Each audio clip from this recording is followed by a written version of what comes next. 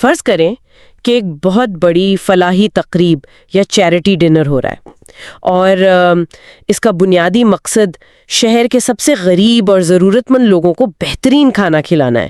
اچھا، یعنی ایک عام چیریٹی ایونٹ کی طرح جہاں غریبوں کی مدد کی جائے۔ بالکل، لیکن جب کھانا پیش کرنے کا وقت آتا ہے نا، تو آپ دیکھتے ہیں کہ کھانے کی میزوں پر صرف شہر کے امیر ترین تاجر اور بڑے بڑے بزنس پارٹنرز بیٹھے ہوئے ہیں۔ یہ تو پھر مقصد کے بالکل ہی خلاف ہو گیا ہے نا؟ سننے میں کتنا عجیب اور بے تکا لگتا ہے، لیکن اگر ہم حقائق اور اپنے ارد گرد کے سماجی رویوں کا گہرائی سے جائزہ لیں تو آج کل عید الاضحیٰ کے دوران گوشت کی تقسیم میں بالکل یہی کچھ ہو رہا ہے۔ واقعی یہ ایک بہت ہی چبھتی ہوئی مثال دی ہے آپ نے۔ اور اسی لیے آج کے اس گہرے تجزیے کا آغاز ہم اس بات سے کر رہے ہیں کہ قربانی کی اصل روح کیا ہے، کیونکہ اس تہوار کا جو اصل مقصد تھا وہ کہیں نہ کہیں ہماری سماجی الجھنوں میں گم ہو گیا ہے۔ بالکل، اور جب ہم اس موضوع پر حقائق کو دیکھتے ہیں تو سب سے پہلی چیز جو سامنے آتی ہے وہ یہ ہے کہ قربانی دراصل صرف ایک مذہبی رسم نہیں ہے۔ صحیح۔ اگر اسے معاشیاتی یا اکنامک نظریے سے دیکھا جائے تو یہ تاریخ کا ایک بہترین ویلتھ ڈسٹریبیوشن ماڈل ہے، یعنی دولت اور وسائل کو منصفانہ طور پر تقسیم کرنے کا نظام۔ ایگزیکٹلی۔ اس ماڈل کو اس طرح ڈیزائن کیا گیا تھا کہ سال میں کم از کم ایک بار اعلیٰ معیار کا پروٹین سوسائٹی کے اس طبقے تک پہنچے جو عام حالات میں اس تک رسائی نہیں رکھتے۔ چلیے اس کو تھوڑا تفصیل سے سمجھتے ہیں، کیونکہ جب ہم اس تہوار کی حقیقی روح کی بات کرتے ہیں تو مقصد ان خاندانوں کو یاد رکھنا ہے جو سال بھر گوشت کھانے کی استطاعت نہیں رکھتے۔ جی بالکل، لیکن جیسا کہ ہماری فطرت ہے، انسانی انا اور سماجی رتبہ بنائے رکھنے کی خواہش نے اس نظام کو ایک سوشل نیٹ ورکنگ ٹول میں تبدیل کر دیا ہے۔ اور یہی وہ ٹینشن ہے یا تناؤ ہے تھیوری اور پریکٹس کے درمیان، ہے نا؟ یعنی اسلام تو سکھاتا ہے کہ قربانی کا گوشت سب سے پہلے ضرورت مندوں کو دیا جائے۔ صحیح، سب سے پہلے یتیموں، بیواؤں اور اکنامکلی کمزور خاندانوں میں تقسیم کیا جائے، لیکن حقیقت میں لوگ عمل کیسے کر رہے ہیں؟ وہی تو مسئلہ ہے، لوگ اپنا سماجی رتبہ برقرار رکھنے کے لیے اپنے ہی سوشل سرکل میں سخاوت دکھا رہے ہیں۔ یہاں جو سب سے دلچسپ بات ہے وہ انسانی نفسیات کی ہے۔ انسان فطرتی طور پر ان لوگوں پر سرمایہ کاری کرنا چاہتا ہے جہاں سے اسے واپس کچھ ملنے کی امید ہو۔ ادلے بدلے کا اصول؟ بالکل۔ جب ہم ڈیٹا دیکھتے ہیں تو واضح ہوتا ہے کہ لوگ یہ تحفے ان دوستوں کی طرف بھیجتے ہیں جن کے پاس پہلے سے ہی فراوانی ہے۔ یہ سخاوت نہیں ہے، یہ دراصل سماجی کرنسی کا تبادلہ ہے۔ لیکن یہاں میں تھوڑا اختلاف کرنا چاہوں گی، یا کم از کم ایک الجھن کا اظہار ضرور کروں گی۔ جی بتائیں۔ ہماری روایات میں تو یہ بھی شامل ہے نا کہ اپنے پڑوسیوں، دوستوں اور رشتہ داروں کو تحفے دیے جائیں۔ تحفے دینا تو آپس میں محبت بڑھانے کا ذریعہ سمجھا جاتا ہے۔ صحیح بات ہے۔ تو اگر کوئی شخص اپنے کسی ایسے دوست کو گوشت بھیج رہا ہے جو فائنینشلی مضبوط ہے تو اس میں اتنی برائی کیا ہے؟ ہم اسے کمیونٹی بلڈنگ کے بجائے سیلفش نیٹ ورکنگ کیوں کہہ رہے ہیں؟ یہ ایک بہت واضح سوال ہے آپ کا، اور اس میں باریک سا فرق سمجھنا ضروری ہے۔ کمیونٹی بلڈنگ اور نیٹ ورکنگ میں نیت کا فرق ہوتا ہے۔ اچھا۔ محبت بڑھانے کے لیے تحفے دینا بالکل درست ہے، لیکن مسئلہ تب پیدا ہوتا ہے جب تقسیم کا بڑا حصہ صرف انہی لوگوں تک محدود ہو جائے جو آپ کے سمجھتی رتبے کے برابر ہیں۔ یعنی ان کو پرائیورٹی دی جائے جن کے پاس آلریڈی سب کچھ ہے۔ ایگزیکٹلی۔ اگر ایک شخص گوشت کا حصہ اس پڑوسی کو دے رہا ہے جس کے گھر میں پہلے سے 3 فریزرز گوشت سے بھرے ہوئے ہیں تو یہ محبت کا اظہار کم اور ایک رسمی فرض زیادہ بن جاتا ہے۔ واقعی اس پڑوسی کو تو اس گوشت کی طلب ہی نہیں ہے، اور نہ ہی اس سے اس کی زندگی میں کوئی فرق پڑنے والا ہے۔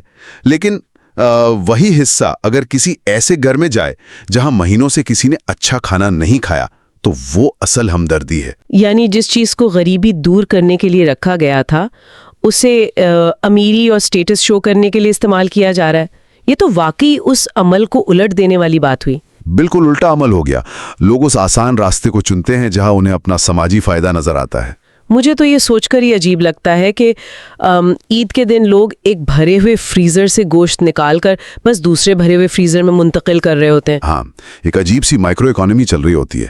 گوشت امیر طبقے کے درمیان ہی گھومتا رہتا ہے. ایک دوست نے دوسرے کو بھیجا، دوسرے نے تیسرے کو، اور آخر میں وہ سب کے سب کمپلین کر رہے ہوتے ہیں کہ فریزرز فل ہو گئے ہیں. اس سارے چکر میں وہ طبقہ تو بالکل ہی غائب ہو گیا جس کے لیے یہ کھانا بنیادی طور پر تھا. اور یہی وہ مقام ہے جہاں ہمیں شو آف یعنی دکھاوے کی نفسیات کو سمجھنا ہوگا. ہمدردی اور دکھاوا ایک ساتھ نہیں چل سکتے. صحیح، کیونکہ دکھاوا تو ہمیشہ اپنے لیے کیا جاتا ہے نا. بالکل، اپنی ایگو کو مطمئن کرنے کے لیے، سوسائٹی میں پوزیشن دکھانے کے لیے. لوگ کہتے ہیں دیکھو میں نے کتنا مہنگا جانور لیا یا کتنے اعلیٰ معیار کا گوشت کہاں کہاں بھجوایا. جبکہ ہمدردی تو دوسرے کے لیے کی جاتی ہے، امیر لوگوں کو متاثر کرنا تھوڑی نا اس کا مقصد ہے. اصل مقصد تو اس کھائی کو بھرنا ہے جو امیر اور غریب کے درمیان بن چکی ہے. اور یہاں ایک اور چیز بہت قابل غور ہے، اس عمل میں موجود خاموش تناؤ. خاموش تناؤ وہ کیسے؟ دیکھیں، جب ایک امیر دوست دوسرے امیر دوست کو کچھ بھیجتا ہے تو لینے والے کے ذہن میں بھی ایک بہت بڑا بوجھ پڑ جاتا ہے. کہ اب مجھے بھی واپس کچھ اتنا ہی مہنگا بھیجنا ہوگا. ایگزیکٹلی. یہ میوچل آبلیگیشن کا ایک بہت تھکا دینے والا سائیکل بن جاتا ہے. جبکہ اگر وہ حصہ کسی حقدار کو دیا جائے تو وہاں سے صرف دعائیں ملتی ہیں، کوئی معاشی پریشر نہیں ہوتا. یہ پوائنٹ واقعی بہت زبردست ہے. تو اس سب کا مطلب کیا ہے؟ اگر قربانی کا مقصد صرف سوسائٹی میں دولت کا بہاؤ نیچے کی طرف کرنا ہے تو ہمیں اس تجزیے کے جذباتی پہلو پر آنا پڑے گا. بالکل، اور یہ جذباتی پہلو ان خالی باورچی خانوں سے جڑا ہے جن کا تصور ہی دل خراب کر دینے والا ہے نا. غریبی کا مسئلہ صرف یہ نہیں ہے کہ پیٹ میں کھانا نہیں ہے. میرے خیال میں سب سے بڑا مسئلہ یہ ہے کہ وہ انسان سے اس کا وقار یا اس کی ڈگنیٹی چھین لیتی ہے. یہ ڈگنیٹی والی بات بالکل مرکزی حیثیت رکھتا ہے. وقار کا تعلق صرف اس بات سے نہیں ہے کہ کسی کو کیا مل رہا ہے، بلکہ اس بات سے ہے کہ وہ کس طرح مل رہا ہے. سوسائٹی میں عام طور پر جب چیریٹی ہوتی ہے تو لوگوں کو لائنوں میں لگنا پڑتا ہے، سب کے سامنے ہاتھ پھیلانا پڑتا ہے، تصویریں کھنچوانی پڑتی ہیں. اور اس عمل میں کھانا تو مل جاتا ہے لیکن عزت نفس مجروح ہو جاتی ہے. یہاں مجھے ایک بہت اہم فرق محسوس ہو رہا ہے. اس تہوار کے دوران گوشت کا ضرورت مندوں تک پہنچنا عام چیریٹی سے بالکل مختلف ہونا چاہیے.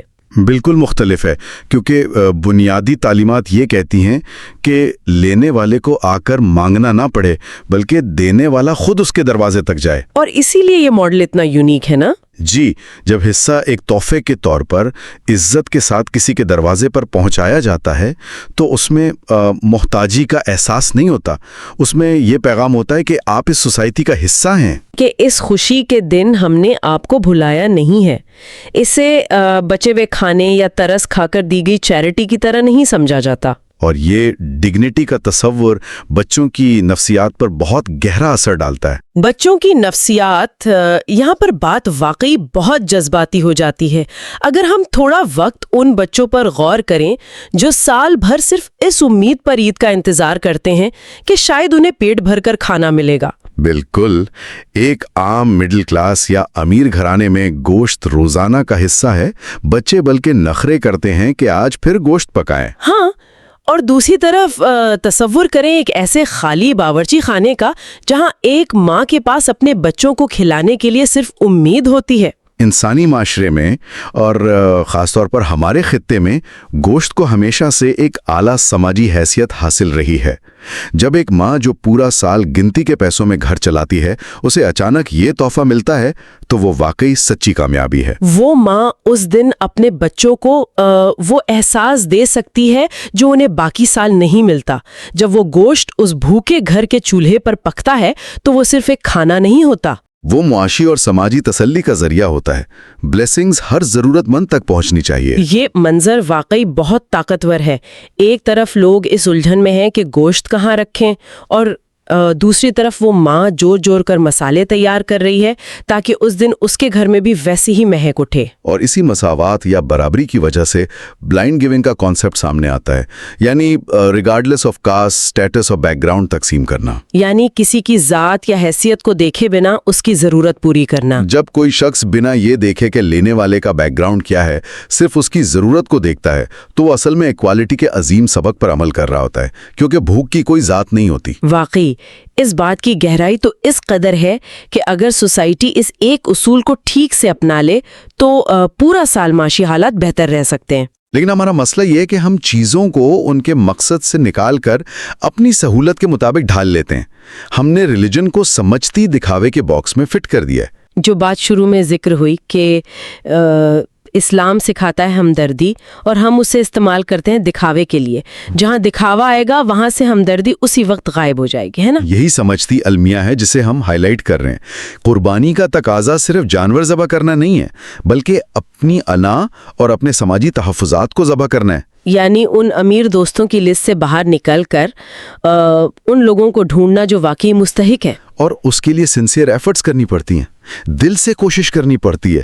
ضرورت مند خود چل کر نہیں آتا، ہماری ذمہ داری ہے کہ ہم اس تک پہنچیں. اس پورے گہرے تجزیے کا سب سے بڑا سبق یہی نظر آتا ہے. سچی ہمدردی وہاں شروع ہوتی ہے جہاں ہماری نگاہ حاشیوں پر رہنے والے لوگوں پر پڑتی ہے جنہیں سوسائٹی نے بھلا دیا ہے. اور اگر ہم اس ساری گفتگو کو ایک بڑے کانٹیکسٹ میں دیکھیں تو یہ ماڈل ہمیں سکھاتا ہے کہ مذہبی فرض اور سوشل رسپانسبلٹی کو الگ نہیں کیا جا سکتا، یہ ایک دوسرے کے ساتھ گندھے ہوئے ہیں. اور جب بھی ان کو الگ الگ کر کے دیکھنے کی کوشش کی جاتی ہے، نتیجہ وہی نکلتا ہے جو ہم دیکھ رہے ہیں، مہنگے جانور لیکن بھوکے پڑوسی. اس فرق کو مٹانا ہی سب سے بڑا معاشی اور روحانی پیغام ہے. اچھا، اس گفتگو کو سمیٹنے سے پہلے میں چاہتی ہوں کہ ہم اس تجزیے کو صرف عید تک محدود نہ رکھیں. اگر اس تہوار کو ایک مائکروسکوپک لینز کی طرح دیکھا جائے تو یہ ہمیں اپنی ایوری ڈے لائف کے بارے میں بہت کچھ سوچنے پر مجبور کرتا ہے. یہ ایک بہت دلچسپ پوائنٹ آف ویو ہے. اگر ہم اپنی عام زندگی پر اس کا اطلاق کریں تو تصویر واقعی اور واضح ہو جاتی ہے. ہاں، کیونکہ یہاں ایک بہت ہی چپتا ہوا سوال اٹھتا ہے. اگر ایک ایسے تہوار پر جس کا مقصد ہی سرتاپا قربانی اور مساوات ہے، وہاں بھی انسانی فطرت اور ہمدردی کی جگہ رسم و رواج اور دکھاوے نے لے لی ہے، صحیح، تو کیا ہمیں اس بات کا گہرائی سے جائزہ لینے کی ضرورت نہیں کہ روزمرہ زندگی میں ہماری دیگر عام نیکیاں، فلاحی کام اور صدقات بھی کہیں اسی سمجھتے دکھاوے کی بھینٹ تو نہیں چڑھ گئے؟ یہ واقعی ایک بہت ہی گہرا سوال ہے. کیا ہم واقعی کسی ضرورت مند کی مدد کرتے ہیں یا ہم صرف اپنی پرسنل برانڈ اور سوشل سرکل میں حیثیت بنائے رکھنے کے لیے دان کرتے ہیں؟ اگر ایک بڑا اور واضح عمل ہماری انا کی وجہ سے خالص نہیں رہ پاتا تو ہماری ہر روز کی چھوٹی نیکیاں کیا سچ میں ان تک پہنچ رہی ہیں جنہیں ان کی ضرورت ہے؟ یا وہ بھی صرف ہمارے اپنے کمفرٹ زون میں ہی گھوم رہی ہیں؟ سوچنے کی بات یہ ہے کہ کیا ہم سمجھتی فائدے کے بغیر سچ میں کسی کو کچھ دینے کے قابل بچے ہیں؟ یہ وہ سوال ہے جسے میں چاہتی ہوں کہ اس گفتگو کے بعد ٹھنڈے دماغ سے سوچا جائے. اپنے فریزرز کی ٹھنڈک کو محسوس کرتے ہوئے ان خالی باورچی خانوں کو ذہن میں رکھیں اور اپنے ڈیلی ایکشنز کا خود محاسبہ کریں. آج کے اس گہرے تجزیے میں ہماری یہی کوشش تھی کہ حقائق کے ان پہلوؤں کو سامنے لایا جائے جو عام نظر سے چھپ جاتے ہیں. اس سوچ کے ساتھ ہم آج کی اس گفتگو کو یہاں ختم کرتے ہیں.